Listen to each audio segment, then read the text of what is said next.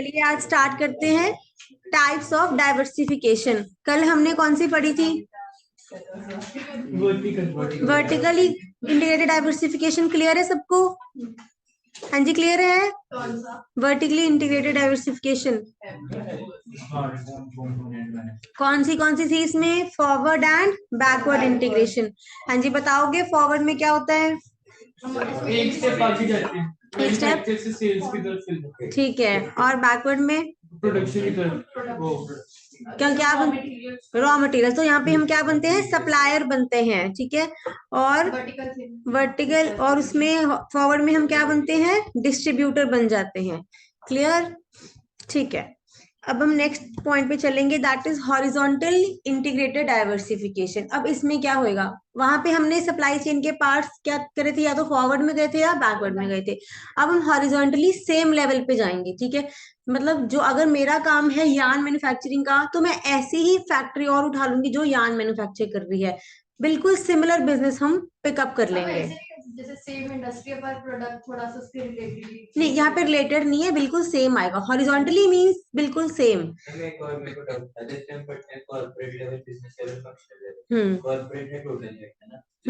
हाँ हाँ हाँ। फंक्शन है एक पर्टिकुलर यूनिट का, मतलब है ब्रांच है, प्लांट हेड है। नहीं, बाद में बताती हूँ, ये लास्ट में क्लियर करके जाना। चलो ठीक है, पहले हॉरिजॉन्टल हाँ जी रीड करो, लास्ट में याद रखना, पूछ के जाना। हाँ जी।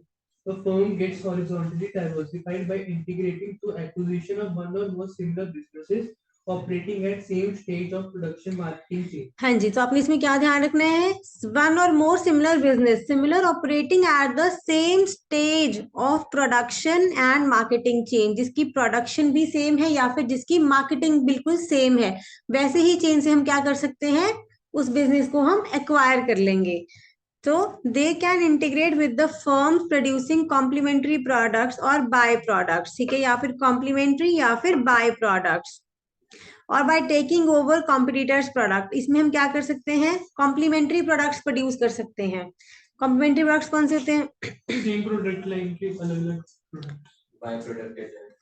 एक तो क्या बाय प्रोडक्ट तो जैसे साथ में जो उसके साथ प्रोड्यूस हुआ। कॉम्प्लीमेंट्री मतलब पेन और नोटबुक हो गया, तो वो होगी एक दूसरे को जो एक दूसरे इकट्ठे यूज होते हैं जब। हाँ हाँ हाँ हाँ, तो हम क्या बोलते हैं? पेन एंड इंक बोल सकते हैं यहाँ पे, ठीक है।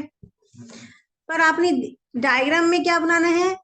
आप याद कर रखना है बिल्कुल सेम जिनकी प्रोडक्शन चेन है। अब देखो नेक्स्ट में, डाइवर्सिफिकेशन कैन बी कंसेंट्रिक और कॉन्ग्लोमरेट। दो टाइप की डाइवर्सिफिकेशन और है आपके पास। कंसेंट्रिक डाइवर्सिफिकेशन में क्या होएगा? रिलेटेड डाइवर्सिफिकेशन है। रिलेटेड, अब यहाँ पे कैसे रिलेटेड है? ऊपर जो पढ़ी है वो भी आपस में रिलेटेड थी। अब ये कैसे तरीके से? जैसे अलग अलग चीजें हैं, तो जैसे अगर कोई बंदा अप्रैल इंडस्ट्री में है तो शूज भी कैप्स भी ये चीजें अगर मैन्युफैक्चर हम करना शुरू कर देते हैं तो वो हो जाती है कंसेंट्रिक डाइवर्सिफिकेशन। चलो पहले पढ़ो, फिर मैं और बताती हूँ examples. concentric diversification takes place when the products are related. In this diversification, the new business that is it's diversified into is linked to existing business through process, technology, or marketing. The new product is spin-off from the existing facilities and product processes. हाँ जी, तो यहाँ पे new product क्या है? Spin off होता है from the existing facilities. Spin off product क्या होएगा? जैसे आपने एग्जांपल ली कि अगर क्लोथ मैन्युफैक्चरिंग का है, अगर उससे हमारा जो प्रोडक्ट कुछ निकलता है, सपोज अगर बाय प्रोडक्ट अगर यूज होता है, उसको हम अपने दूसरे बिजनेस में यूज कर सकते हैं, ठीक है। चलो एक बार रीड करो। This means that in concentric diversification too, there are benefits of synergy with the current operations. यहाँ पे मुझे क्या मिलेंगे? साइनर्जी बेनिफिट्स मिलेंगे। साइनर्जी बेनिफिट्स क्या होंगे? रिलेशन में जो इन रिलेशन में मुझे फायदा हो सकता है। साइनर्जी मींस मेरी मेहनत बच जाएगी, ठीक है। टेक्नोलॉजिकली मेरे क्या होंगे? सेम जो है टेक्नोलॉजी मेरी सेम रहेगी, पर उससे मैं दो एक्टिविटीज अब परफॉर्म कर पाऊंगी। High scale of operations. EVs आया तो वो टेक्नोलॉजी के एडवांसमेंट की वजह से आया, तो वो डाइवर्सिफिकेशन। उसको आप कंसेंट्रिक बोल सकते हो उसको। टेक्नोलॉजी, क्योंकि वो टेक्नोलॉजी क्या थी, वो कार का काम पहले ही था और साथ में उन्होंने न्यू अपडेशन कर दी, ठीक है। तो वो कंसेंट्रिक डाइवर्सिफिकेशन है कि आपने खुद में ही डाइवर्सिफाई कर लिया, कहीं नई प्रोडक्ट में नहीं डाइवर्सिफाई करा, नई टेक्नोलॉजी में डाइवर्सिफाई कर लिया यहाँ पे। जैसे अगर कोई कंपनी के पास किसी चीज में एक्सपर्टीज है तो वो उस चीज में हाँ जी, जैसे सपोज जैसे एक आया था ना मैगी, मैगी और पिचकू साथ में देते थे वो, ठीक है, मैगी मसाला। मैगी मसाला। तो वो चीज क्या होगी, मैंने साथ में मैंने मैगी की भी ऐड करनी थी, मैंने साथ में पिचकू भी बीच में ऐड कर दी, ठीक है, दोनों के इकट्ठे ऐड हो गई, तो वो मार्केटिंग चेन मेरी सिमिलर ही होगी, मुझे एक्स्ट्रा एक्सपेंडिचर भी नहीं करना पड़ा। तो वो चीज आ जाएगी आपकी कंसेंट्रिक में, मतलब मैं दोनों चीजों की ही मार्केटिंग कर दूंगी एक ही तरीके से, या फिर दो चीजें प्रोड्यूस हम कर सकते हैं एक ही तरीके से, उसको हम कंसेंट्रिक बोलते हैं। हाँ जी, करो डिफरेंस यहाँ पे बताएगा एक और। कप नूडल और पैकेट वाला वो जो होता है, कैसे पैकेट नूडल्स, पैकेट नूडल कैसे? पैकेट नूडल्स और कप नूडल्स, हम्म, मतलब थोड़ा सा पैकेजिंग डिफरेंट हुआ बट पैकेजिंग, वो पैकेजिंग डिफरेंट है बट चीज तो सेम है। हाँ, वो बिल्कुल सेम ही आ गई, वो भी कंसेंट्रिक में बोल सकते हो आप। हाँ जी, देखो अब डिफरेंस देखो क्या है इसका और वर्टिकली इंटीग्रेटेड का, रीड करो। However, concentric diversification differs from vertically integrated diversification in the nature of the linkage of new products with the existing one.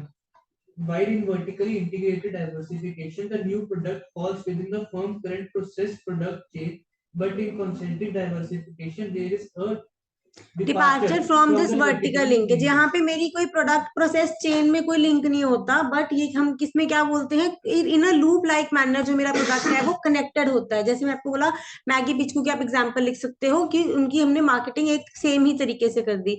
या फिर जैसे हम बोल सकते हैं कि कोक, जब कोक आती थी, ठीक है, पहले आपको याद है कि कोक का बिजनेस कहाँ से शुरू हुआ था, पहले वो सिरप तैयार करते थे, उसके बाद उन्होंने किस में करा, कोक बनाने लगे, कोका कोला, वेंडिंग मशीन, हाँ सिरप भी डलता है साथ में, पर डाइवर्सिफाई किसमें करा, फिर कोका कोला बना दिया, रिलेटेड ही हो गया, ठीक है।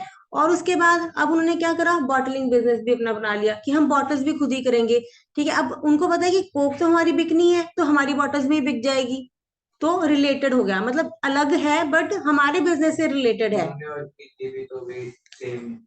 सेम लाइन की ही खरीदी ताकि मुझे साइनर्जी बेनिफिट मिल जाए। अगर मैं बॉटलिंग खरीदूंगी तो मुझे अलग कॉस्ट पड़ेगी, अब मैं खुद की ही बॉटलिंग बनाऊंगी, ठीक है, और मैंने अपनी कोक तो डाल के बेचनी है उसमें, उसमें मुझे क्या हो जाएंगे, साइनर्जी बेनिफिट। बैकवर्ड या फॉरवर्ड इंटीग्रेशन में नहीं आ गया। हाँ वो भी है, पर इसमें हम रिलेशन भी तो देखते हैं ना, कंसेंट्रिक भी तो हो गया है ना ये साथ में, तो उसी में ही आ जाएगा। हाँ चलो अभी देखो पहले conglomerate. In conglomerate diversification, no linkages related to product, market, or technology exist. The new business or products are disjoint from existing business product in every way. देखो कॉन्ग्लोमेरेट मींस टोटली डिफरेंट हो गया, disjointed हो गया, अब यहाँ पे कुछ भी कनेक्टेड नहीं है। यहाँ पे आपने देखना है तीन चीजें आपने लिखनी है, यहाँ पे ऊपर भी पीटीएम लिखना है, प्रोडक्ट टेक्नोलॉजी एंड मार्केट, वहां पे शॉर्ट फॉर्म में लिख लो आप, पीटीएम लिख लो,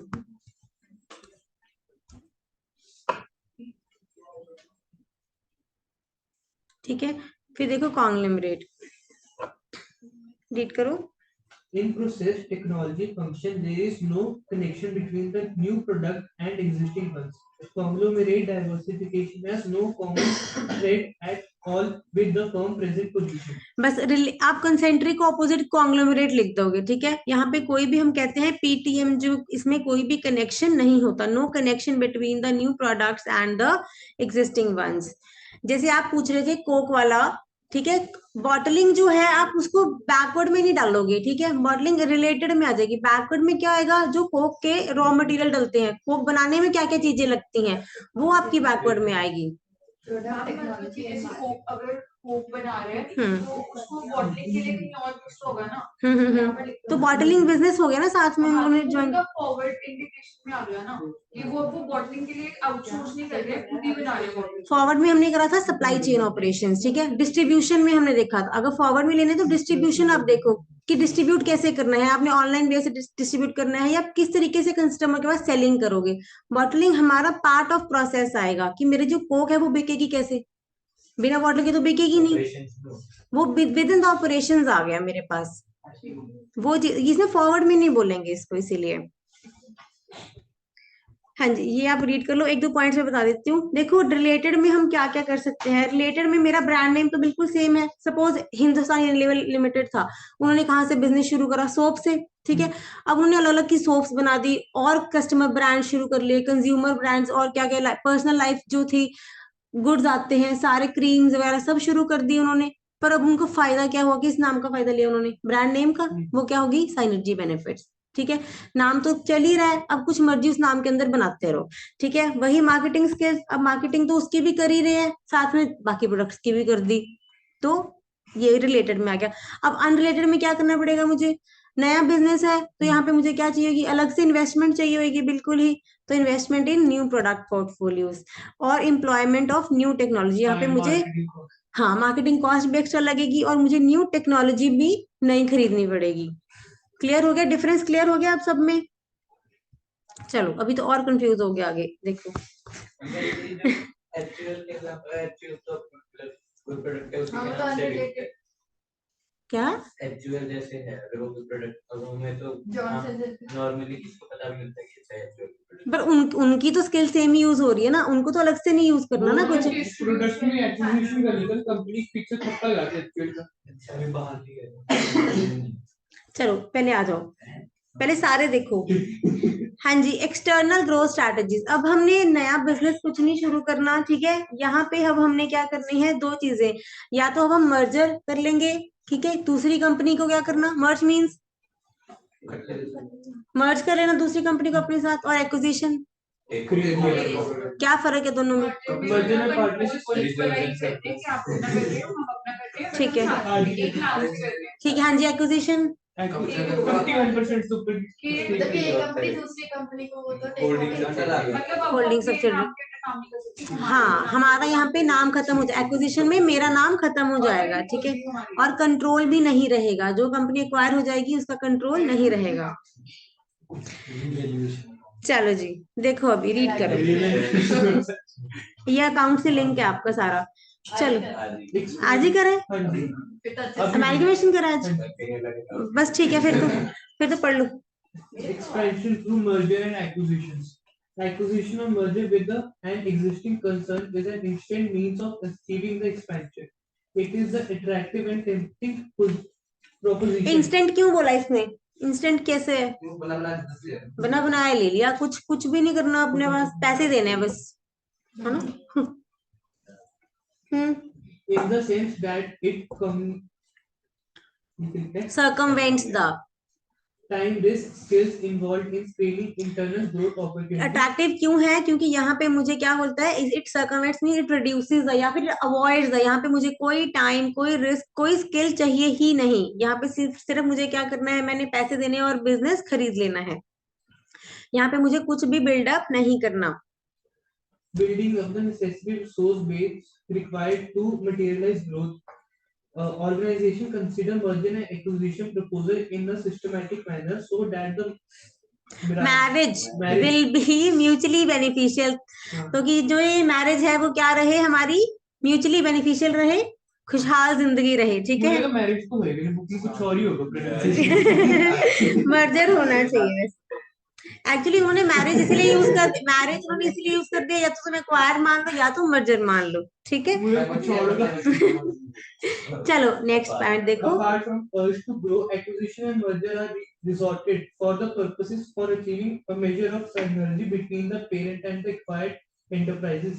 Synergy may result from such basis as physical fitness, technical and managerial skills, distribution. जितनी भी आप रिलेटेड डाइवर्सिफिकेशन पढ़ोगे उसमें सब में आपने साइनर्जी वर्ड मेंशन करना है, ठीक है। रिलेटेड डाइवर्सिफिकेशन हम करते ही इसीलिए हैं ताकि मुझे साइनर्जी बेनिफिट मिल सके, मेरी मेहनत बच सके। सिंपल फॉर्म लिख लो, मेहनत बचाना, किसी ना किसी फॉर्म में हम मेहनत बचा सके। काम चोरी नहीं है, थोड़ा फायदा हो जाए, स्मार्ट वर्क लगा लो। General administration, research and development, and so on positive synergic effects. ये कर दिया आपने साइनर्जी में रिजल्ट फ्रॉम। साइनर्जी आएगी कैसे? अच्छा ठीक है, इन चीजों से मुझे साइनर्जी बेनिफिट्स मिल सकते हैं, ठीक है। अब देखो merger and acquisition, You can't do a future for positive synergic effects. Read कर दो। on positive synergic effects are relevant on this connection, which denotes that the positive effects of merged resources are greater than the effects of individual resources on merger or acquisition. Merger and acquisition. क्या क्या बोला इसने, समझा? नहीं मैं तभी तो कहता हूँ रीडिंग बहुत गंदी है।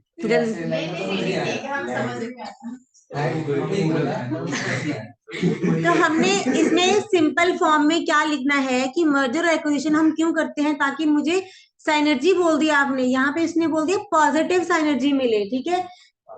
जो साइनर्जी है वो पॉजिटिव वे में मेरे लिए काम करनी चाहिए। क्लियर हो गया? नेगेटिव नहीं, नेगेटिव में ये ना हो कि किसी से जुड़ के अपना नुकसान करा ले। मतलब जो हमारे अंदर पहले वीकनेस थी वो और उसमें भी दिख जाए। हाँ, ताकि ये कि अपनी वीकनेस को हम ओवरकम कर सके, ठीक है। इसमें सिंपल में आप लिखोगे कि मर्ज रिसोर्सेज से मुझे क्या मिलनी चाहिए, पॉजिटिव साइनर्जी मिलनी चाहिए। इसमें आप एक लाइन लिख दोगे, मर्ज रिसोर्सेज के साथ मुझे क्या मिलनी चाहिए, पॉजिटिव साइनर्जी मिलनी चाहिए, प्रोडक्टिविटी बढ़नी चाहिए। हाँ जी। Merger and acquisition in simple words are defined as a process of combining two or more organizations together. There is a thin line difference between the two terms, but the impact of combination is completely different in both cases. Some organizations prefer to grow through mergers. Merger is a process when two or more companies come together to expand their business or operations. हाँ जी, तो merger में क्या लिखोगे पहले तो, it is a process when two or more companies come together to expand their business operations. And second क्या बोलोगे, friendly terms, जो डील होगी वो कैसी होगी, फ्रेंडली टर्म्स पे होएगी, ठीक है। And both organisation share the profits in the newly created identity. Third point ये है कि ऑर्गेनाइजेशन क्या करेंगी, प्रॉफिट्स को शेयर करेंगी। हाँ जी, चलो। In a merger, two organizations combine to increase their strength and financial gains along with breaking the trade barriers. यहाँ पे अपने ट्रेड बैरियर्स तोड़ के हम क्या करेंगे, जब हम दो कंपनीज आपस में जुड़ गई तो उनके लिए कोई बैरियर नहीं रहा, कंपटीशन हमने खत्म कर दिया यहाँ पे, ठीक है। कंपटीशन खत्म करना। When one organization takes over another organization and controls all its business operations, it's known as acquisition. हाँ जी। In acquisition, one financially strong organization overpower the weaker one. Acquisition often happens during recession in economy or ठीक है। तो जब एक organisation दूसरे organisation को control करती है तो उसको हम क्या बोलते हैं, एक्विजिशन। आप पैरा की साइड पे लिख लो, ऊपर वाला पैरा आपकी मर्जर की डेफिनेशन है, सेकंड आपका एक्विजिशन की है। तो इसमें आप क्या लिखोगे, ये फ्रेंडली नहीं होता, यहाँ पे क्या होता है, धक्का चलता है, over powers the weaker one. Acquisition होते कब है, ड्यूरिंग द रिसेशन, जब रिसेशन होता है या फिर प्रॉफिट्स जो है मेरे डिक्लाइन हो गए, तब हम कहते हैं कि चलो अब तो बेचने में ही फायदा है कंपनी, ठीक है। In this process, the stronger one overpowers the weaker one. The combined operations then run under the name of the powerful entity. हाँ जी, एक पॉइंट ये भी है, जो ऑपरेशंस किसके नाम से चलेंगे, पावरफुल एंटिटी के नाम पे चलेंगे। और ये क्या डील क्या होगी मेरी, अनफ्रेंडली। उसमें क्या अगर डिफरेंस आता है तो क्या लिख दोगे, इसमें फ्रेंडली, इसमें अनफ्रेंडली, ठीक है। और क्या लिख दोगे, यहाँ पे वहां पे प्रॉफिट शेयर होते हैं, यहाँ पे नाम खत्म हो जाता है, ठीक है। यहाँ पे क्या होता है, नाम किसका चलता है, पावरफुल कंपनी का, ठीक है। रीड कर दो इसको। But in case of acquisition, is more often done in unfriendly manner. It is more or less a force or association where the powerful organization acquires the operations of the company that is in weaker position and is forced to sell its entity। तो क्या होगा, यहाँ पे entity को बेच देंगे। चलो, हाँ जी, merger and acquisition definition clear है। अब टाइप्स ऑफ मर्जर देखेंगे। Horizontal merger. अब नाम सारे बिल्कुल सेम है जो हमने पीछे पढ़े हैं, देख लो। वर्टिकल, हॉरिजॉन्टल, फिर कॉन्ग्लोमरेट। सिर्फ कोजेनरिक का नाम डिफरेंट है। कई बार बच्चे गलती से लिख देते हैं, मर्जर में कोसेंट्रिक लिख देंगे, वहां पे कोजेनरिक लिख देते हैं, तो यहाँ पे आपने ध्यान रखना है, ठीक है। मर्जर में कोजेनरिक आएगा और डाइवर्सिफिकेशन में कोसेंट्रिक आएगी। मीनिंग सबके बिल्कुल सेम है। चलो, वहां पे अब हम अपना बिजनेस सोच रहे थे शुरू करने का, यहाँ पे हम क्या कर रहे हैं, दूसरी एंटिटी को अपने साथ मिला रहे हैं, ठीक है।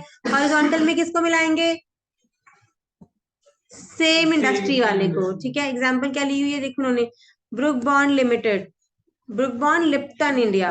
अलग अलग कौन सी, पहले ब्रुक बॉन्ड होती थी और फिर लिप्टन आई थी, फिर लिप्टन, फिर उन्होंने आपस में क्या कर लिया, मर्जर कर लिया। ठीक है जी। तो देखो अब यहाँ पे क्या हो, हाँ जी ध्यान दो, it is a merger with a direct competitor. यहाँ पे हम किससे मर्जर करते हैं, अपने डायरेक्ट कॉम्पिटिटर से। तो क्या मेरा मोटिव रहता है इसके पीछे, to achieve the economies of scale in the production process.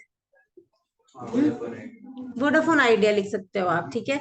तो इस चीजों से मुझे क्या मिलेगी, मेरी सिनर्जी मिलेगी, ठीक है। By shedding duplication of installation and function, जैसे हम बोला टेक्नोलॉजी तो सेम ही है, क्यों दोबारा दोबारा इंस्टॉल करनी है, एक ही जगह पे रखो, उसी से हमने सारा काम ऑपरेशंस हम हैंडल कर लेंगे, ठीक है जी।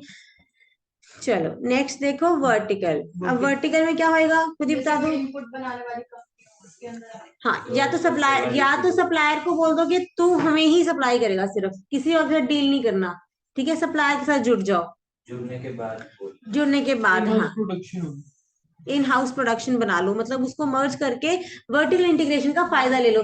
वर्टिकल मर्जर करके क्या करोगे, वर्टिकल इंटीग्रेशन का फायदा ले लोगे, समझ आया लाइन।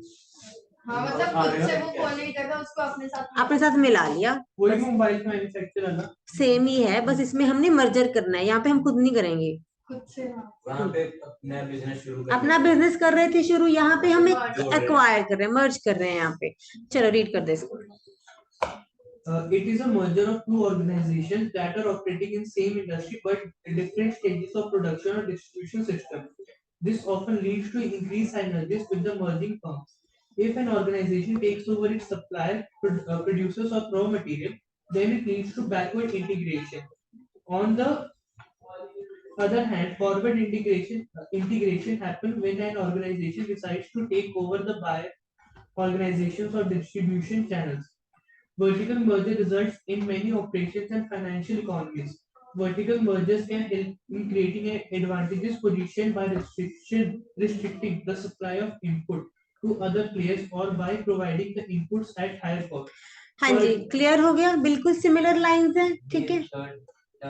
हाँ हाँ बता रही हूँ, एक मिनट पहले देखो, यहाँ तक क्लियर है। जब हम रॉ मटेरियल पर जाएंगे तो क्या मिलेगा मुझे, बैकवर्ड इंटीग्रेशन का फायदा, और अगर डिस्ट्रीब्यूशन के पास जाएंगे तो फॉरवर्ड का।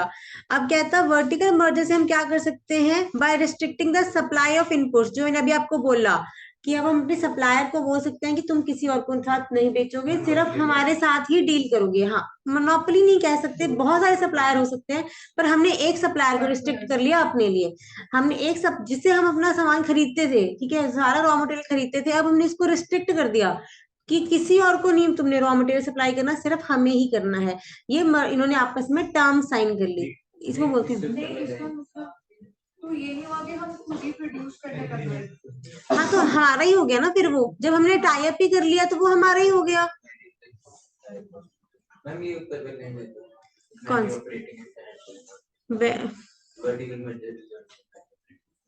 हाँ फाइनेंशियल इकोनॉमीज वही आ गई ना राजे, सिनर्जी बेनिफिट्स, फायदा कैसे हो गया।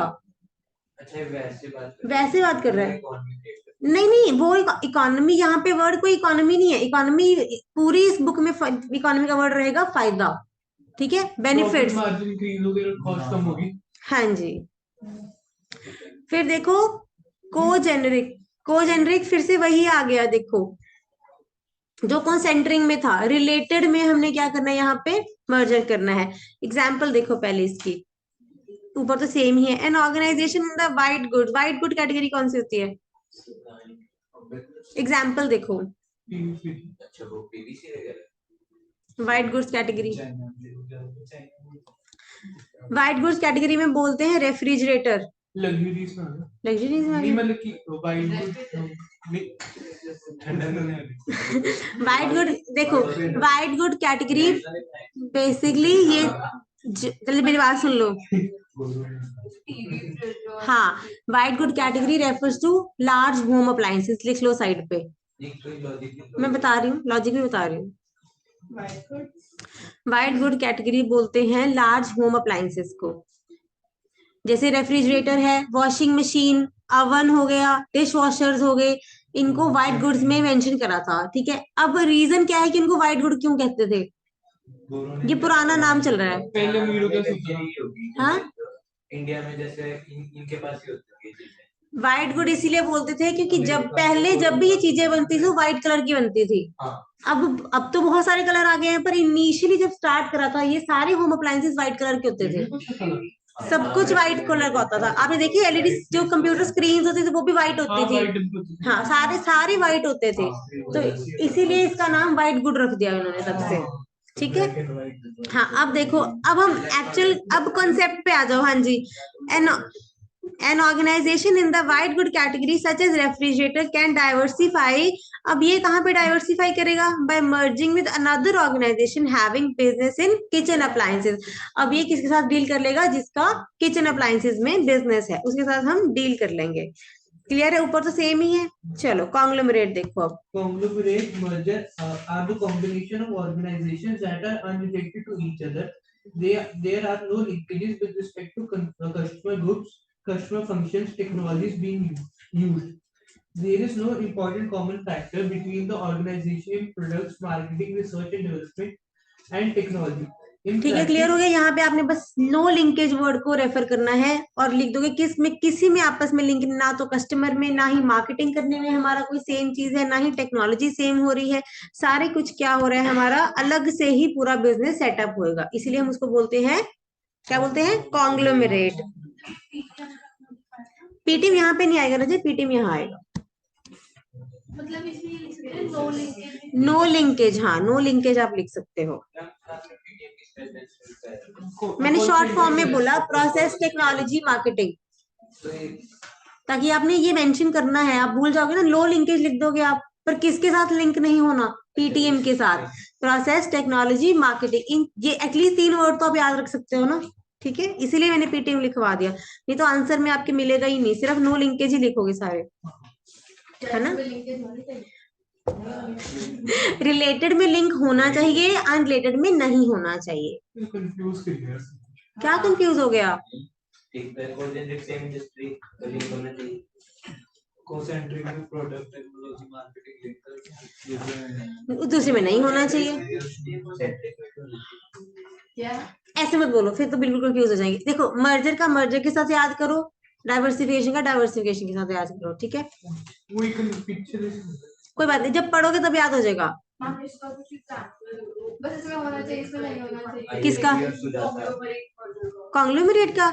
जैसे तुम लगा लो रिलायंस है सपोज, ठीक है, रिलायंस किसके साथ? सपोज रिलायंस ने सबवे के साथ डील करी, कुछ रिलेटेड था उनमें। रिलायंस ने सबवे का बिजनेस मर्ज कर लिया, अपने पास ले लिया, ठीक है। टाटा ने, तो ये चीजें क्या होगी? कॉन्ग्लोमरेट मींस अलग बिजनेस में जाना।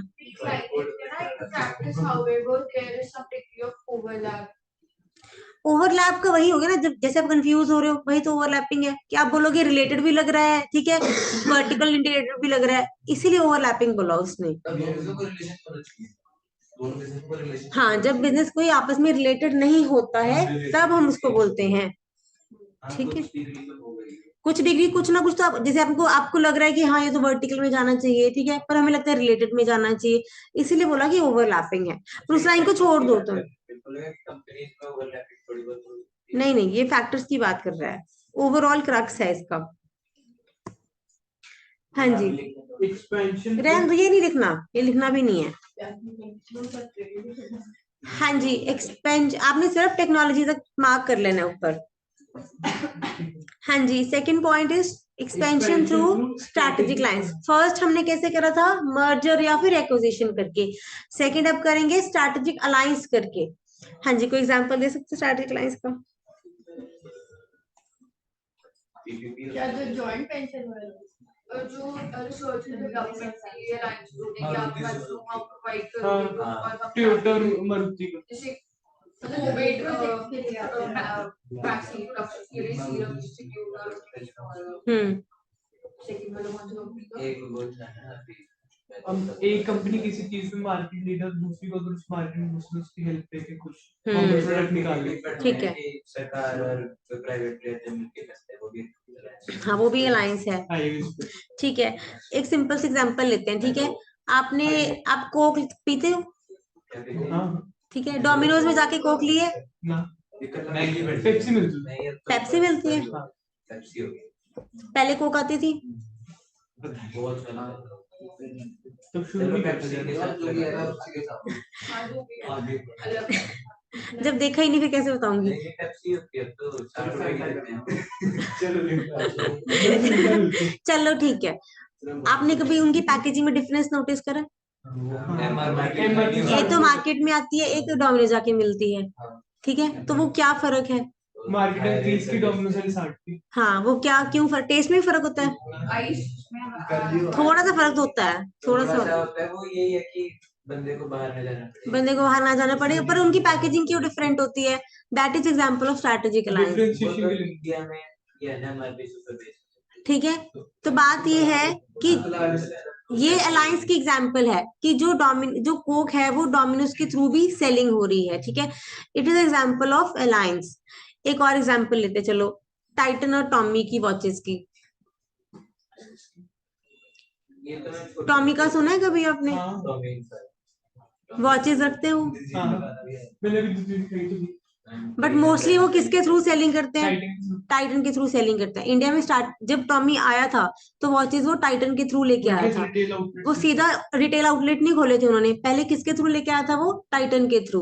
दैट इज होंडा और केटीएम का है। हाँ, तो वो ये एग्जांपल होती है स्ट्रेटेजिक अलायंसेस की, ताकि मुझे रिसोर्सेज वो यूज ना करने पड़े और मैं अपनी मार्केट जो है शेयर ले लूं। ठीक है, चलो आ जाओ, अब देखते हैं थोड़ा सा। जिसका भी आपको पता है वो उसके आप एग्जाम्पल नोट डाउन कर लो, ठीक है, अगर नहीं पता तो आप ये लिख लो, टाइटन और टॉमी के। कोक और डोमिनोज लिख लो, पेप्सी लिख लो, अब तो चलो जो कोक है ही नहीं, ठीक है। हाँ जी, strategic alliance is a relationship between two or more businesses that enables each to achieve certain strategic objectives which neither would be able to achieve on its own. हाँ जी, अब यहाँ पे अब हमने मर्जर करा, मर्जर करा, ये इसको मर्जर बोलेंगे नहीं कि आपका प्रोडक्ट हम अपने पास बेचते हैं? नहीं, वो कंपनी अलग भी चल रही है, हमारे थ्रू भी चल रही है, तो इसको हम मर्जर नहीं बोल के पर क्या बोलते हैं? एक अलायंस बोलते हैं, कि हमने उनके साथ एक अलायंस करा हुआ है, डील करी हुई है कि हमारा प्रोडक्ट उनके थ्रू सेल होएगा, ठीक है। पहले आप पूरा पढ़ लो, ठीक है। That enables each to achieve certain objectives which neither would be able to achieve its own। ऐसे objectives जो हम खुद नहीं अचीव कर सकते, ठीक है, पर हम दूसरे के थ्रू अचीव कर सकते हैं। जैसे सपोज अब टॉमी नहीं आ सकता था, ठीक है, सीधा वो नहीं रिस्क लेना चाहते थे, अब उन्होंने टाइटन के थ्रू उस चीज को रिस्क शुरू कर लिया, रिस्क कम कर लिया, अपना खर्चा बचा लिया। नहीं तो पहले वो क्या करते, रिटेल आउटलेट्स खरीदते, ठीक है, फिर उसके लिए पर्सोनल अलग से डेवलप करते, फिर उनके लिए स्ट्रैटेजीज बनाते कि कब कैसे सेल करनी, कॉस्ट बियर करते, कैपिटल इन्वेस्टमेंट बियर करते। अब उन्होंने क्या करा, सीधा टाई अप करा कि आप ठीक है जितना शेयर लेना आप लो, पर अब हमारी वॉचेज आप सेल करो। हाँ जी, चलो, तो अब इनको हम और क्या नाम बोलते हैं? स्ट्रैटेजिक पार्टनर्स के नाम से बोलते हैं। हाँ जी, maintain their status as independent separate entities, share the benefits and control over the partnership, and continue to make contribution to alliance until the until it is terminated। जब तक ये टर्मिनेशन मीन जब तक खत्म नहीं हो जाती तब तक हम क्या करते हैं? एज पार्टनर्स हम काम करते हैं। तो स्ट्रैटेजिक अलायंस मीन्स हम बोलते हैं कि आपस में क्या कर ली, पार्टनरशिप कर ली। हाँ जी बोलो। कोई और मेक बाय ट्रिप का अलायंस ही होता है। हाँ, वो अलायंसेस ही है, वो सारे अलायंसेस ही हैं उनके साथ। तो वैसे पार्टी अलायंस से जुड़ते हैं। चलो ठीक है, अब देखो एडवांटेजेस ऑफ स्ट्रैटेजिक अलायंस, क्या क्या फायदे हैं। पहले तो फर्स्ट है, आपकी सारी यहाँ पे जो भी आप एग्जांपल ले रहे हैं यहाँ पे वो हो जाएंगे, अब देखना किसी साथ तो मैच हो ही जाएंगे। पॉलिटिकल भी आ गया, इकोनॉमिक भी आ गया, ठीक है, स्ट्रैटेजिक भी आ गया। पॉलिटिकल तो जो आप अश्मीत बोल रहे हो कब से वही हो गया, ठीक है। चलो ऑर्गेनाइजेशनल फायदा देखो क्या है। जब हम किसी ऑर्गेनाइजेशन के साथ जुड़ जाएंगे तो हमें उससे कुछ सीखने के लिए मिलेगा। क्या क्या? स्ट्रैटेजी, मार्केटिंग अच्छी है, उसकी मार्केटिंग कोई एथिक्स है, या फिर उनकी मार्केटिंग की टेक्निक्स कैसी है, उनकी वर्किंग कैसी है, हम सीख सकते हैं किसी के साथ मिलके, ठीक है। तो वो चीजें होते हैं मेरी ऑर्गेनाइजेशनल फायदे। तो it helps to learn necessary skills and certain capabilities from partners. हम क्या सीख सकते हैं? कुछ स्किल या हम कोई कैपेबिलिटी उनसे सीख सकते हैं। हाँ जी, strategic partners may also help to enhance productive capacity, provide a distribution system, or extend the supply chain. Strategic partners may provide a good or service that complements, thereby creating a synergy. Having a strategic partner who is well known and respected also helps in legitimacy and credibility. Suppose हो सकता है हम किसी ऐसे partner से partnership करें जिसकी reputation बहुत अच्छी है, तो उसके बाद हमारी भी रेपुटेशन मार्केट में अच्छी हो जाएगी, ठीक है, हमारी भी प्रोडक्टिव कैपेसिटी क्या हो जाएगी, बढ़ जाएगी, हम उससे कुछ ना कुछ सीखेंगे ही। कौन सा? टीवीएस और भी हाँ, रिटेलर। लेजिटिमेट पर्सन कौन होते हैं जी? अब लेजिटिमेट मतलब जेन्युइनेस पर्सन, जो मतलब एक अच्छा इंसान जिसको हम बोलते हैं, जिसकी एक वैल्यू है। रतन टाटा बोल सकते हैं, ठीक है, जिसकी कोई क्रेडिबिलिटी है, मतलब एक जेन्युइन पर्सन जिसको हम बोलते हैं कि हाँ ये अच्छा इंसान है या अच्छा इसका नाम है, उसको बोलते हैं। चलो इकोनॉमिक फायदा बताओ, अब बताओ, एक्सप्लेन करो इकोनॉमिक को। अब यहाँ पे इकोनॉमी किसको बोलोगे? Economy, Indian economy, economies of scale बोलोगे। इकोनॉमीज ऑफ स्केल जहां पे आता है वहां पे क्या लिखना है आपने? प्रॉफिट लिखोगे, कॉस्ट रिडक्शन भी उस, हाँ सबसे इंपॉर्टेंट लिखोगे आप, पर यूनिट कॉस्ट जो है उसकी कम होती है, ठीक है। देखो, causing the cost per unit to decline, जब भी इकोनॉमिक का मेंशन करोगे तो ये चीज जरूर लिखनी है आपने। हाँ जी, अब इसको स्टार्ट से रीड करो इकोनॉमिक को। There can be reduction in cost and risk by distributing them हाँ जी, एग्जाम्पल अब लिंक हो रही है, कॉस्ट भी रिडक्शन कर ली और रिस्क भी रिड्यूस कर लिया, ऑपरेटिंग कॉस्ट भी बियर नहीं करनी पड़ी, फिक्स कॉस्ट भी बियर नहीं करनी पड़ी और रिस्क भी कम कर लिया। हाँ जी, नहीं वो नहीं हुआ, उनकी एक्सपीरियंस यूज करके हम अपने प्रोडक्ट वो यहाँ पे दो कंपनीज की बात चल रही है। हाँ जी, रीड करो। across the members of the alliance. Greater economies of scale can be attained in an alliance as production volume can increase, causing the cost per unit to decline. Finally, the partners can take advantage of full specialization. बस बहुत है इतना, ठीक है, per unit decline इतना तक लिख देना। फाइनली के बाद तो काट दे।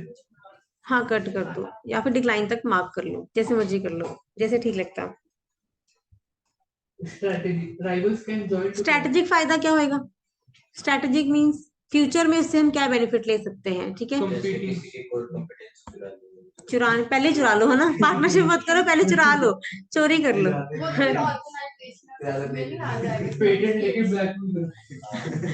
चलो अब यहाँ पे होएगा क्या, रीड करो। Rivals can join together to cooperate instead of competing. यहाँ पे हम क्या कर रहे हैं, कॉपरेशन कर रहे हैं एक दूसरे के साथ, यहाँ पे मुझे फायदे भी मिल रहे हैं। अगर मैंने सप्लाई चेन के पार्टनर के साथ किसी के साथ अलायंस कर लिया तो उस चीज का मुझे फायदा मिल रहा है, ठीक है, रिसोर्सेज मेरे मिल रहे हैं, स्किल्स मुझे मिल रही है, तो इससे मुझे क्या मिलेगा फाइनली, दिस में also help with future business opportunity. अब इसके साथ मैं क्या कर पाऊंगी, नई अपॉर्चुनिटीज जो है ढूंढ पाऊंगी, and the development of new product and technology, कुछ नए प्रोडक्ट में भी मुझे हेल्प मिलेगी। सपोज अब मेरे बिजनेस चल रहा है ऑलरेडी, ठीक है, अब जैसे हमने एग्जांपल ली कि टॉमी ने चलो एक बार स्टार्ट कर लिया, अब उनको लगा कि ठीक है अब अच्छा चल रहा है, मेरे मार्केट में नाम हो गया, अब वो उन्होंने आगे फ्यूचर अपॉर्चुनिटी क्या देखी, चलो अब हम रिटेल आउटलेट खोल देते हैं, ओपन कर देते हैं, ठीक है, तो किसी के बेस पे हमने क्या करा, फ्यूचर अपॉर्चुनिटी को ग्रैब कर लिया। लास्ट में आ जाओ political. Sometimes strategic alliances are formed with local or foreign business to gain entry into foreign market, either because of local prejudice और लीगल बैरियर्स टू एंट्री। वही हो गया कि अगर कोई फॉरेन मार्केट, हमारे पास फॉरेन ब्रांड अगर आना चाहता है तो वो कैसे आएगा, डायरेक्ट स्टोर नहीं ओपन कर सकते वो, हम उन्होंने क्या कर लिया, हमसे एक अलायंस बना लिया, ठीक है, कि हम डायरेक्टली मार्केट में एंटर नहीं कर पाएंगे, हमारे पास ऊपर रिस्ट्रिक्शंस है, तो आप हमारे प्रोडक्ट को अपनी मार्केट में सेल कर लो। क्लियर? कि वो होते हैं फॉरेन के पीएस तो जुबिलेंट। मैं ये नहीं कह रहा था, मैं समझ गई, मैं आपकी बात समझ गई, पर मैं आपको याद करने की ट्रिक बता रही थी कि वैसे आपको याद रहेगा।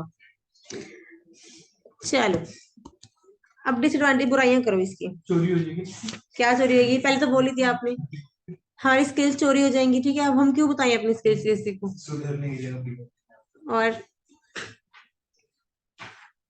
प्रॉब्लम्स ये जो स्ट्रेटजी जिसके साथ, हाँ, अगर उसकी रेपुटेशन खराब है तो हमारा भी खराब ही होगा नाम, ऑब्वियसली, ठीक है। वो अपने प्रोडक्ट ज्यादा बेचने पे जोर लगाएगी उसके। तो सेम प्रोडक्ट नहीं, वो अपने ही बेचेगा, वो टेंशन ना लो। पर लेकिन ये तो जैसे कोलैबोरेशन हो गया ना प्रोडक्ट में। कोलैबोरेशन ही हो गया। जैसे जैसे सबवे में वो देखा आपने कौन सी बॉटलिंग पड़ी होती है, वो रॉ जूसेस कुछ करके वो पड़ा होता है, तो वो उसी पर्टिकुलर को क्यों रेफर करते हैं, वो अलायंस के थ्रू रेफर करते हैं। चलो अब डिसएडवांटेज देखो। सबसे पहला है शेयर। हाँ जी, क्या क्या शेयर होता है पहले तो इसमें, क्या क्या शेयर करा हमने? हाँ, हमारे रिसोर्सेज, प्रॉफिट और नॉलेज एंड स्किल, ये सब क्या है हमारे पास शेयरिंग होती है। तो प्रॉब्लम क्या है शेयरिंग की, तो ये लिख दोगे आप कि यहाँ पे मुझे शेयर करना पड़ता है अपने रिसोर्सेज, अपने प्रॉफिट्स, अपनी नॉलेज एंड स्किल्स। अब नॉलेज शेयर करने से प्रॉब्लम क्या आएगी, क्योंकि यहाँ पे क्या होते हैं, ट्रेड सीक्रेट्स होते हैं, ठीक है। धोखा दे, लास्ट में वही है धोखा। स्ट्रेटेजिक अलायंस में also create potential competition. Potential competition last line में आ जाओ। पोटेंशियल कंपटीशन मींस फ्यूचर में when an ally becomes an opponent. Ally मतलब दोस्त, दोस्त दोस्त ना रहा, दोस्त दुश्मन हो गया। हाँ ठीक है, कौन सी पार्टी है? बीजेपी। चलो अब रेफरेंस डाल दो कि उस तरीके से आपने याद करना है, ठीक है। तो 3 अपने पास क्या हो गई, डिसएडवांटेजेस हो गई। हाँ जी, clear.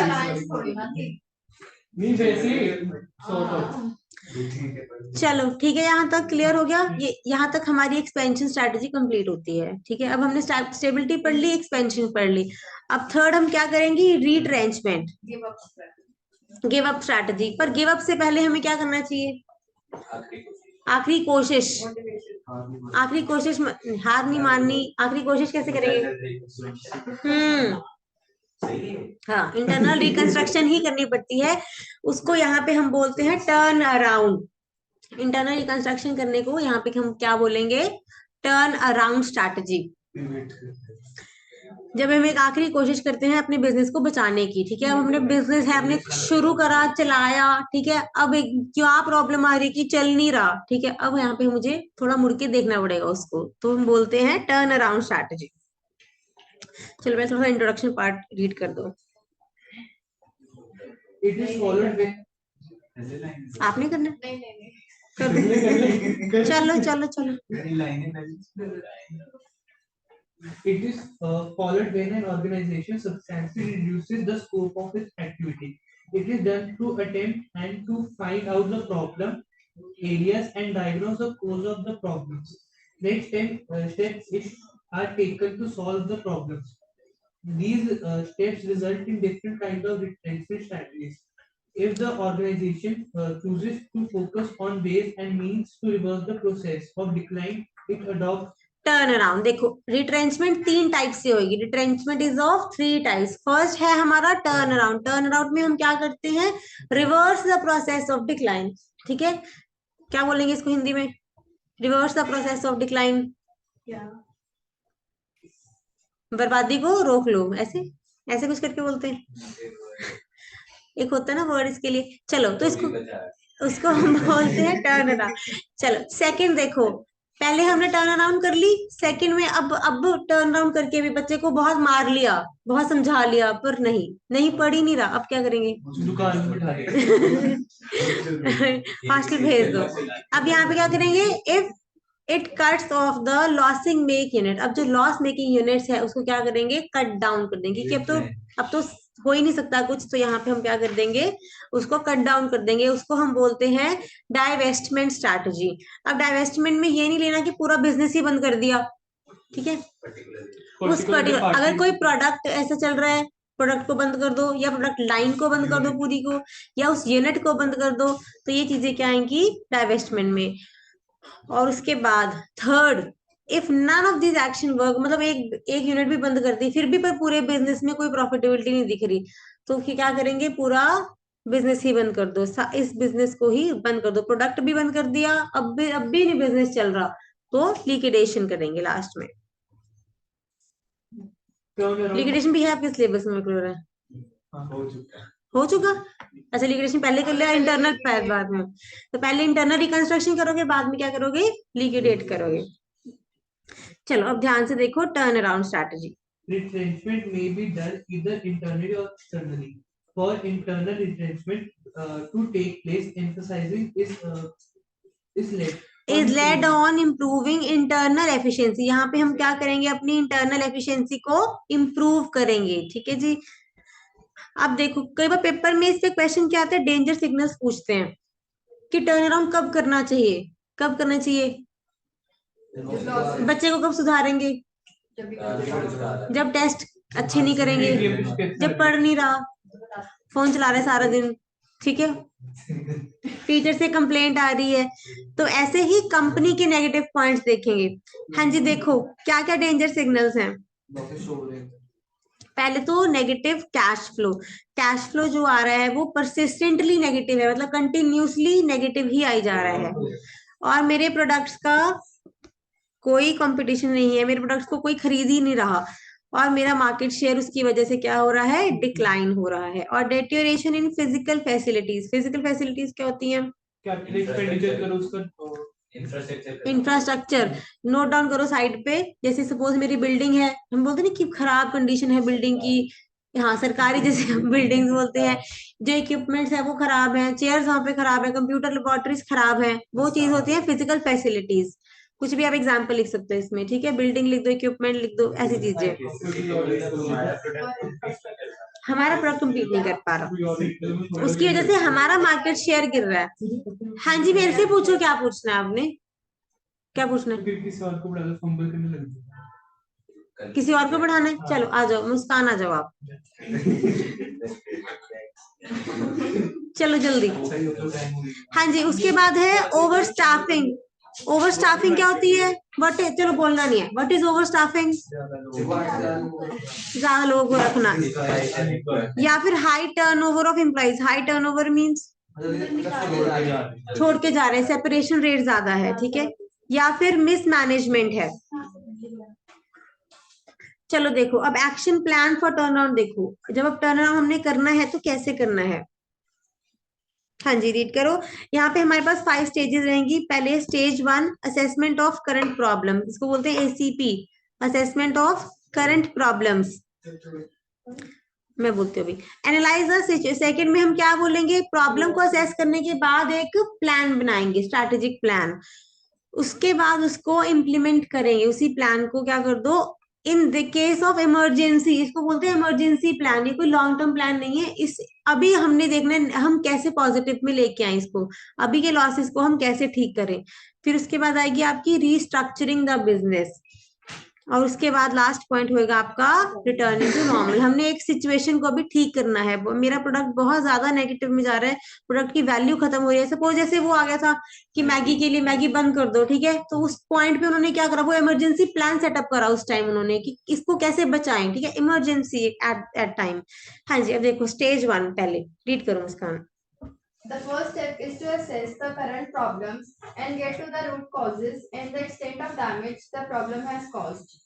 Once the problems are identified, the resources should be focused towards those areas essential to efficiently work on correcting and repairing any issues. तो यहाँ पे मुझे क्या करना पड़ेगा, करेक्शन करनी पड़ेगी या फिर रिपेयरिंग करनी पड़ेगी उसके रिलेटेड। अब सेकंड में देखो analyse the situation and develop a strategic plan. Before you make any major changes, determine the chances of the business survival. Identify appropriate strategies and develop a preliminary action plan. For this, one should look for the viable core businesses, adequate bridge financing, and available organization. Bridge financing क्या होती है, bridge financing economics बताओ, अभी भी आया होगा cost में, ये आपका 4th लाइन में, स्टेज 2 लाइन 4, मीट करने के लिए, वर्किंग कैपिटल नीड्स को पूरा करने के लिए, तो जो फाइनेंसिंग करते हैं उसको ब्रिज फाइनेंसिंग करते हैं। हाँ जी, अब देखो नेक्स्ट देखो एनालाइज। यहाँ पे अब हमने क्या करना है, अपनी कॉम्पिटिटिव पोजीशन की स्ट्रेंथ्स और वीकनेसेस को चेक करना है कि हमारा प्रोडक्ट क्यों कम्पीट नहीं कर पा रहा। Once the major problems are identified, तो वहां पे हमने क्या करना है, एक स्ट्रैटेजिक प्लान को डेवलप करना है, ठीक है। और उसके बाद थर्ड पॉइंट में क्या करेंगे, उसी को इम्प्लीमेंट कर देंगे, इम्प्लीमेंटिंग द इमरजेंसी प्लान। तो इसमें हम क्या करेंगे, अप्रोप्रिएट एक्शन प्लान लेंगे टू स्टॉप द ब्लीडिंग, ठीक है, and enable the organisation to survive. तो यहाँ पे हम क्या करेंगे, ऐसा प्लान बनाएंगे ताकि मेरी ऑर्गेनाइजेशन का पहले तो सर्वाइवल बचाओ, बंद ही ना हो जाए, बिल्कुल ही सर्वाइवल बचाओ। तो अब इसमें हमने करना क्या क्या है, द प्लान टिपिकली इंक्लूड्स या तो एचआर को इम्प्रूव करोगे, फाइनेंशियल लेके आओगे, मार्केटिंग को इम्प्रूव करोगे, या फिर कोई ऑपरेशंस को इम्प्रूव करोगे, टू रिस्ट्रक्चर डेट्स, अगर तो बहुत ज्यादा मेरी जो है कंपनी डेट में डूब रही है अगर तो उसको रिस्ट्रक्चरिंग करो। रिस्ट्रक्चरिंग कर लिया ना, अब तो क्या करते हैं उसमें रिस्ट्रक्चरिंग में पे ऑफ करते हैं पे ऑफ कराते हैं, या फिर कोर्ट को बोलते हैं कि हमारे डेट्स थोड़े से माफ करा दो, ठीक है। तो ये चीजों से हम क्या करेंगे, एक सर्वाइवल, यहाँ पे क्या पॉइंट आएगा, यहाँ पे हम एक सर्वाइवल इंश्योर करेंगे कि मेरी कंपनी सर्वाइव कैसे करेगी। फिर स्टेज, पहले सुन लो आप सारे।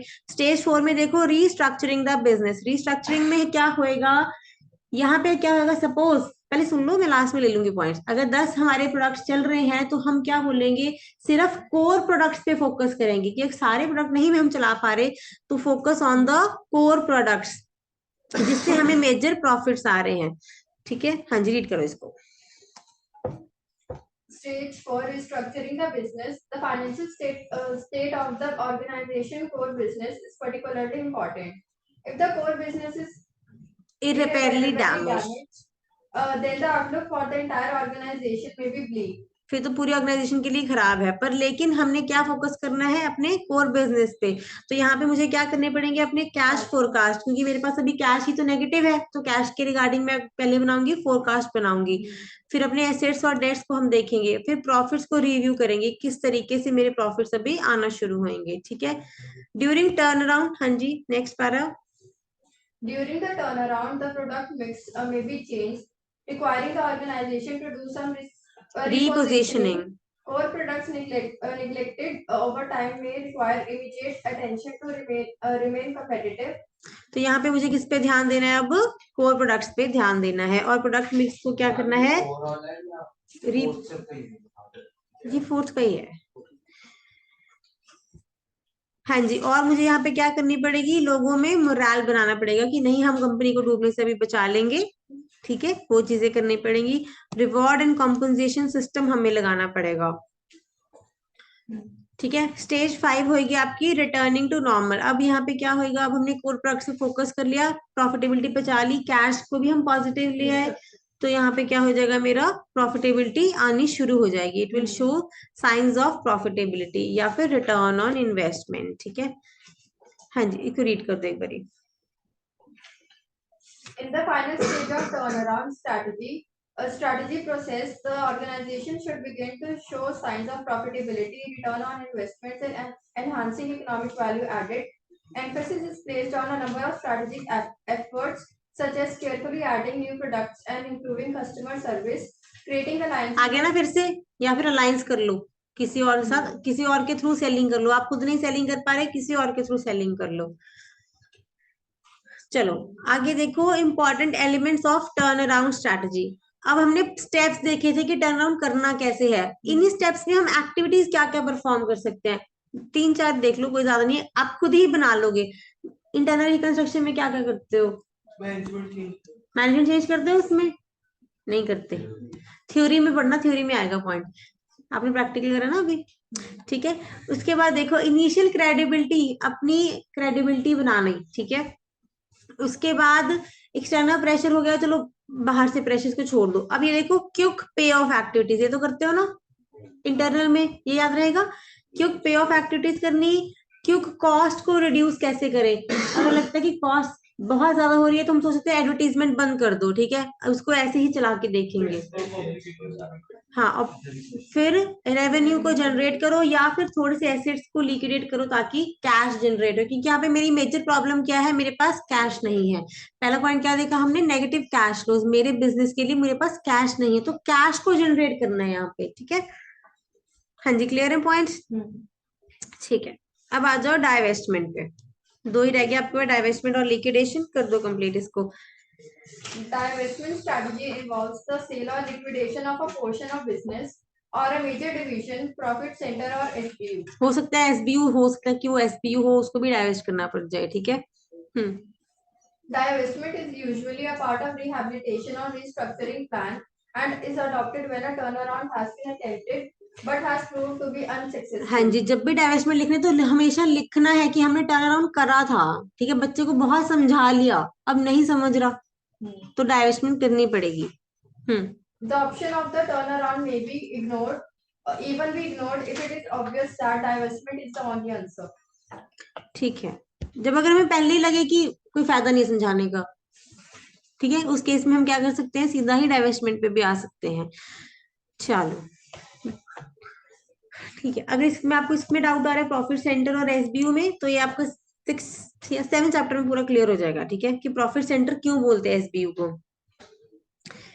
चलो अब रीजन बताओ।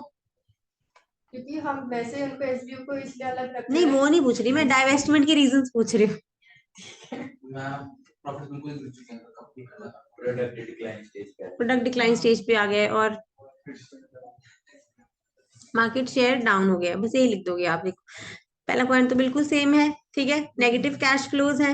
फिर कंपटीशन बोल दोगे आप बहुत ज्यादा है, सेवेरिटी ऑफ कंपटीशन। फिर आप बोल दोगे कि अपग्रेडेशन हो ही नहीं सकती, मतलब हमारे पास पैसे ही नहीं है तो अपग्रेड कैसे करेंगे टेक्नोलॉजी को, ठीक है। ये नहीं कि हो नहीं सकती पर हमारे पास पैसे नहीं है। या फिर मुझे बेटर ऑल्टरनेटिव दिख रहा है कि छोड़ो इसको, बंद करो, नए बिजनेस में इन्वेस्ट करेंगे, ठीक है। या फिर फर्स्ट पॉइंट क्या था, business as had been acquired prove to be a mismatch. जो अब हमने एक्वायर करा है वो मिसमैच लग रहा है और इंटीग्रेट हो ही नहीं सकता। कि हो सकता है हमने एक्सपेंशन करी थी पहले, बिजनेस एक्वायर करा था कि हमें फायदा मिलेगा, ये हो गया ना नेगेटिव का पॉइंट, कि पर उस बिजनेस से मुझे फायदा ही नहीं हुआ तो उसको भी डाइवेस्ट करना पड़ेगा।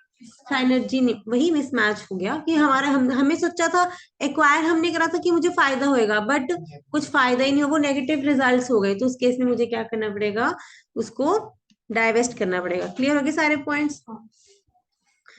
अब ये देखो यहाँ पे लिखे हुए हैं कैरेक्टरिस्टिक्स। कैरेक्टरिस्टिक्स में पहले तो वही डेफिनेशन आ गई फिर आपकी। फिर सेकंड पॉइंट देखो, it is viewed as integral part of corporate strategy without any stigma attached. कहते ये भी कॉर्पोरेट स्ट्रेटेजी का पार्ट ही है, डाइवेस्टमेंट भी। स्टिग्मा मींस एनी स्टिग्मा नहीं जुड़ा हो इसके साथ। फ्लावर में पहुंच गए सीधा, लिटरल मीनिंग भी होता है स्टिग्मा का, कि कोई दुख वाली बात नहीं है। इसका मतलब यह कि कोई दुख वाली बात नहीं है, कॉर्पोरेट स्ट्रेटेजी का ही ये पार्ट है, ठीक है। थर्ड देखो, फिर आगे आपका वर्ड आ गया रीडेफिनेशन, ठीक है। तीसरी स्ट्रेटेजी में भी सेम वर्ड यूज हुआ, रीडेफिनेशन। स्टेबिलिटी में नो रीडेफिनेशन, एक्सपेंशन में होती है, और फिर इसमें भी होगी, डाइवेस्टमेंट में भी होगी, ठीक है। उसके बाद फिर से वही पॉइंट है, ये आप लिख लोगे, ठीक है। कंपल्शन फॉर डाइवेस्टमेंट क्यों करना पड़ता है हमें। चलो अब लास्ट पढ़ लो, liquidation strategy. A retrenchment strategy considered as the most extreme and unattractive is liquidation strategy, which involves closing down a firm and selling its assets. It is considered as the तो इसको क्या बोलेंगे, most extreme, जो बिल्कुल हम last में सोचते हैं कि चल ठीक है अब तो हमें लिक्विडेट ही करना पड़ेगा, which involves closing down a firm and selling its assets. It is considered as the last resort. और कहाँ यूज करते हैं लास्ट रिजॉर्ट वर्ड, बैंकिंग में सुना है ना, जैसे आरबीआई को बोलते हैं। हाँ हाँ जी, तो क्लियर हो गया किस क्या लिक्विडेशन। डाइवेस्टमेंट में हमने बोला कि एक यूनिट या एक प्रोडक्ट को हम डाइवेस्ट करते हैं, अब लिक्विडेट में हमने पूरा बिजनेस ही डाइवेस्ट कर देंगे, पूरी कंपनी ही बंद करेंगे, यहाँ पे वाइंडिंग अप ऑफ कंपनी। चलो देखो रीड कर दो इसको। It is considered as the last resort because it leads to serious consequences such as loss of employment for workers and other employees, termination of opportunities where a firm could pursue any future activities, and the stigma of failure. हाँ जी, अगर suppose मैं बोलूं रिलायंस को बंद करना पड़ेगा तो क्या कॉन्सिक्वेंसेस होंगे उसके। इंडिया तो गया, और चल छोटी कंपनी ले लेते हैं कोई, इंडिया क्यों भेज। और बताओ सीरियस कॉन्सिक्वेंसेस और क्या होंगे। इंडिया तो गया मतलब क्या जाएगा उसमें, मेन क्या जाएगी लोगों की, एम्प्लॉयमेंट, जो लोगों की सैलरीज है, एम्प्लॉयमेंट वो कहाँ से आएगी, इतने लोग कहाँ जाएंगे, ठीक है। तो ये होंगे, हमने सीरियस हो गए, सीरियस बुरे कॉन्सिक्वेंसेस क्या होंगे, ठीक है। तो सीरियस कॉन्सिक्वेंसेस क्या होंगे, लॉस ऑफ एम्प्लॉयमेंट हो जाएगी, ठीक है, और टर्मिनेशन ऑफ अपॉर्चुनिटी, हाँ वो भी इफेक्ट होंगे सारे, और स्टिग्मा ऑफ फेलियर की अब तो गए बस।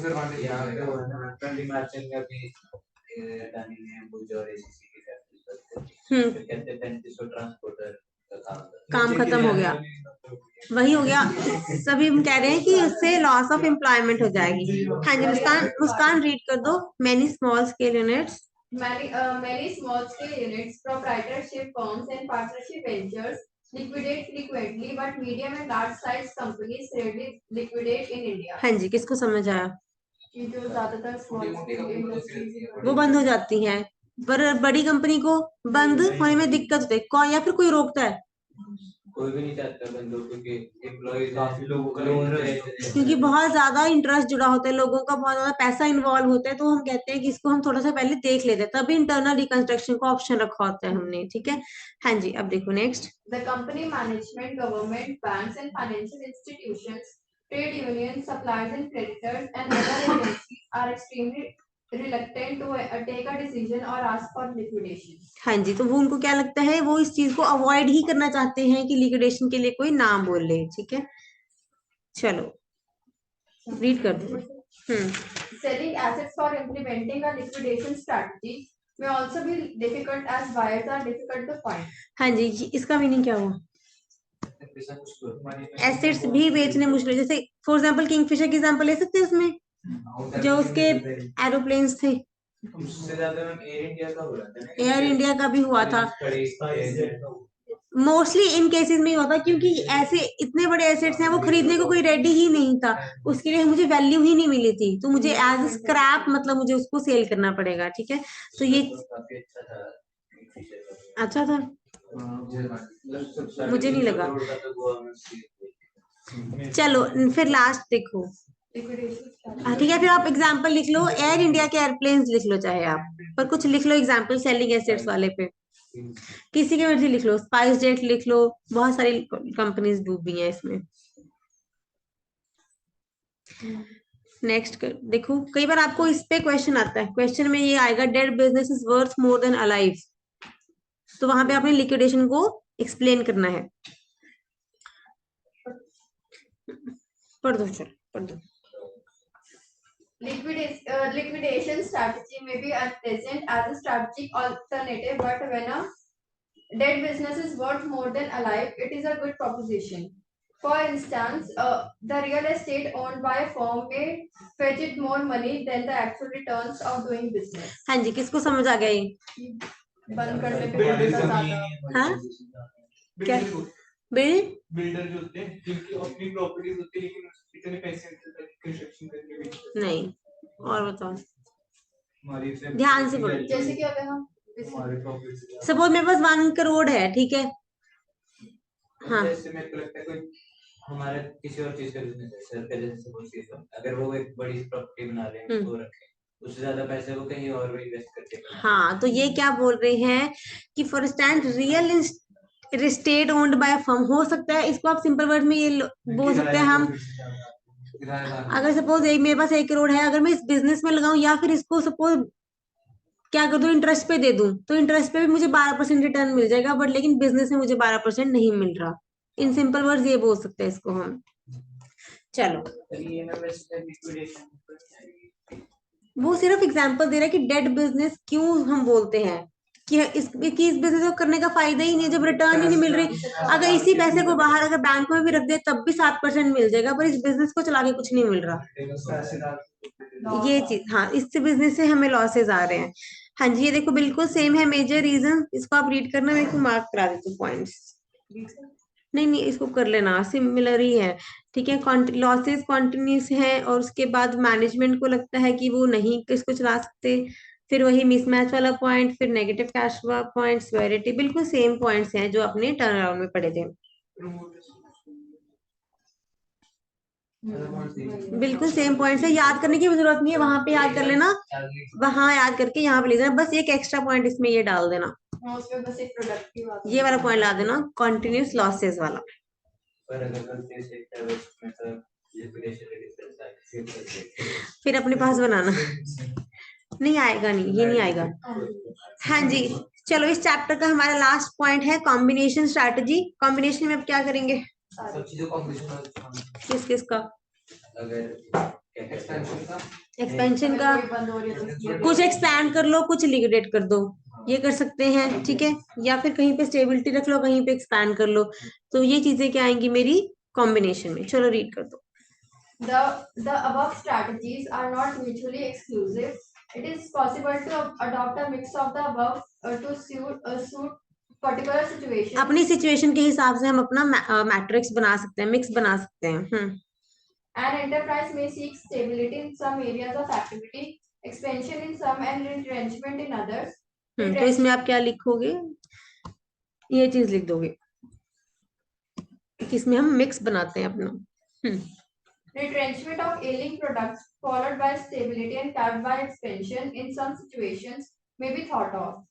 For some organizations, a strategy by diversification or acquisition may call for a retrenchment in some obsolete product lines, production facilities and plant. वही हमने जो बोला, अगर कुछ एक्वायर क्यों लगता है हमें नहीं चल पाएगा, उसमें हम क्या कर देते हैं, रिट्रेंच कर देते हैं। चलो एग्जांपल रीड कर लो। How startup combine all the strategies to fight competition and gain advantage from other growing companies to build a niche empire. Major reasons for combination strategy, क्या रीजंस है, जब ऑर्गेनाइजेशन क्या है, बहुत लार्ज है और complex environment है, और सेकंड इज मेरी ऑर्गेनाइजेशन में डिफरेंट बिजनेसेस हैं और उनके पास डिफरेंट रिस्पांस लगेगा, अलग अलग बिजनेस है, वो मुझे देखना पड़ेगा मार्केट में क्या चल रहा है, किस बिजनेस का अच्छा चल रहा है, किस बिजनेस का बुरा चल रहा है। जब डाइवर्सिफाइड बिजनेस हो तो हम कॉम्बिनेशन स्ट्रैटेजीज लगाते हैं। तो यहाँ पे हमारा चैप्टर कंप्लीट होता है।